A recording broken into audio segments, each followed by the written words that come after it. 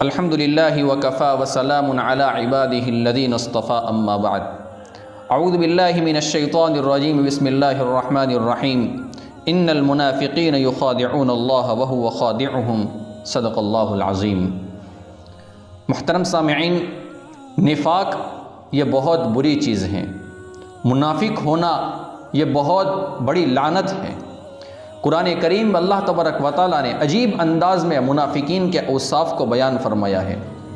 قرآن کریم کا پہلا پارہ آپ اٹھا لیں تو پہلی 5 آیتوں میں اللہ تبارک و تعالیٰ نے مؤمنین کے اوصاف بیان فرمائے ہیں۔ اس کے بعد 2 آیتوں میں اللہ تبارک و تعالیٰ نے کافروں کی صفتیں بیان فرمائی ہیں، اور اس کے بعد اگلی 13 آیتوں میں اللہ تبارک و تعالیٰ نے منافقین کے اوصاف بیان فرمائے ہیں کہ منافق ہوتے کیا چیز ہیں، منافقین یہ کتنے بڑے لعنتی لوگ ہیں، اور منافقین سے انسانوں کو اور مسلمانوں کو کتنا بچ کر رہنا چاہیے۔ اسی طریقے سے اللہ تبارک و تعالیٰ نے منافقین کے متعلق کچھ باتیں قرآن کریم میں 5ویں پارے کے آخری رکوع میں ارشاد فرمائی ہیں۔ رب ذوالجلال ارشاد فرماتے ہیں ان المنافقین یخادعون اللہ وهو خادعهم، یہ منافق اللہ کے ساتھ دھوکہ بازی کرتے ہیں حالانکہ اللہ نے انہیں دھوکے میں ڈال رکھا ہے۔ کیا مطلب؟ یہ جو سمجھ رہے ہیں کہ انہوں نے اللہ کو دھوکہ دے دیا ہے تو در حقیقت یہ خود ہی دھوکے میں پڑے ہوئے ہیں، کیونکہ اللہ کو کوئی دھوکہ نہیں دے سکتا، اور اللہ تعالیٰ ان کو اس دھوکے میں پڑے رہنے دیتا ہے جو انہوں نے خود اپنے آپ کو اپنے اختیار سے دے رکھا ہے۔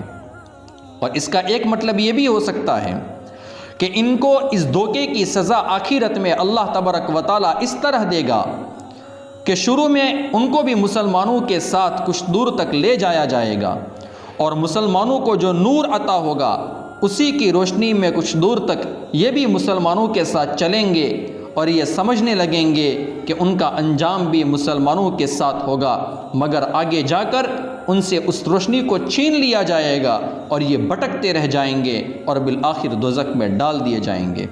تو اللہ تبارک و تعالیٰ فرماتے ہیں ان المنافقین یخادعون اللہ وهو خادعهم وَإِذَا قَامُوا إِلَى الصَّلَاةِ قَامُوا كُسَالَىٰ يُرَاءُونَ النَّاسَ وَلَا يَذْكُرُونَ اللَّهَ إِلَّا قَلِيلًا، اور جب یہ لوگ نماز کے لیے کھڑے ہوتے ہیں تو کاہلی اور سستی کے ساتھ کھڑے ہوتے ہیں، لوگوں کے سامنے دکھاوا کرتے ہیں، اور یہ لوگ اللہ کو بہت تھوڑا یاد کرتے ہیں۔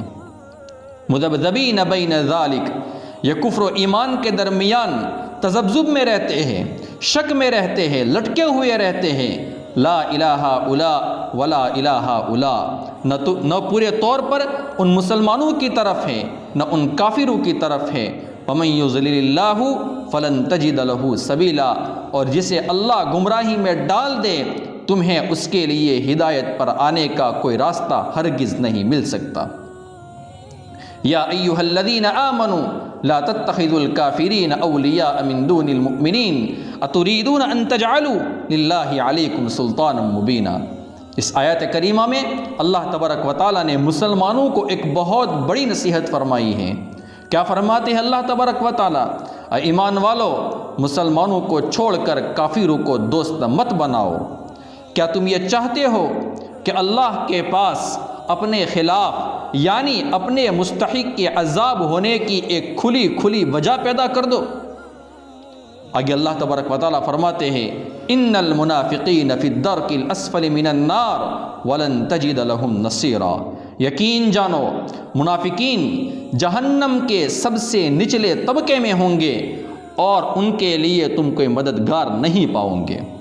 الا الذین تابوا واصلحوا واعتصموا باللہ واخلصوا دینہم للہ فاولئک مع المؤمنین وسوف یؤتی اللہ المؤمنین اجرا عظیما، البتہ جو لوگ توبہ کر لے، اپنی اصلاح کر لے، اللہ کا سہارا مضبوطی سے تھام لے اور اپنے دین کو خالص اللہ کے لیے بنا لیں گے تو ایسے لوگ مومنین کے ساتھ شامل ہو جائیں گے، اور اللہ مومنوں کو ضرور اجر عظیم عطا کرے گا۔ اور اس کے بعد 5ویں پارے کی آخری آیت میں اللہ تبارک و تعالیٰ نے بہت پیار سے ایک جملہ ارشاد فرمایا ہے۔